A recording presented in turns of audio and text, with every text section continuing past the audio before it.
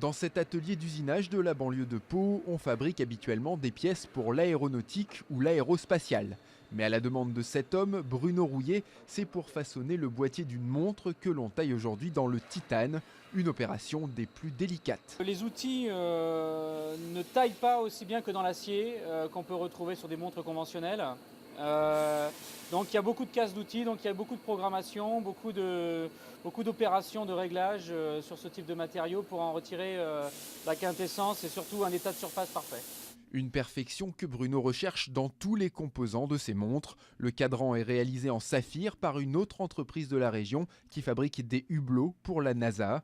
Des matériaux nobles qui expliquent le prix, environ 5 800 € pour une montre qui se veut différente. Plutôt que de concevoir une montre avec un certain style et d'y mettre ensuite une mécanique pour que ça puisse donner l'heure, là on part de la mécanique, on l'habille, on la modifie et ensuite on conçoit la montre autour pour qu'elle soit parfaitement adaptée de manière à coller à la mécanique.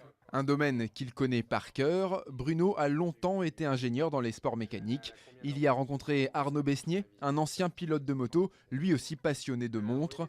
Ensemble, ils ont lancé leur marque Osso Watch, en pariant sur un produit made in France qui s'appuie sur le savoir-faire du Sud-Ouest. Le russe ou le chinois ou le brésilien qui l'aura à son poignet, il se dira voilà, ce sera une vraie valeur ajoutée parce que c'est fait à la main, c'est fait voilà, c'est avec notre cœur. C'est vraiment un produit voilà, authentique.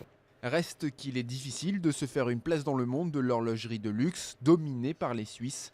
Bruno et Arnaud s'apprêtent à entrer définitivement dans la cour des grands en participant en mars au Salon mondial de l'horlogerie à Bâle, en Suisse bien sûr.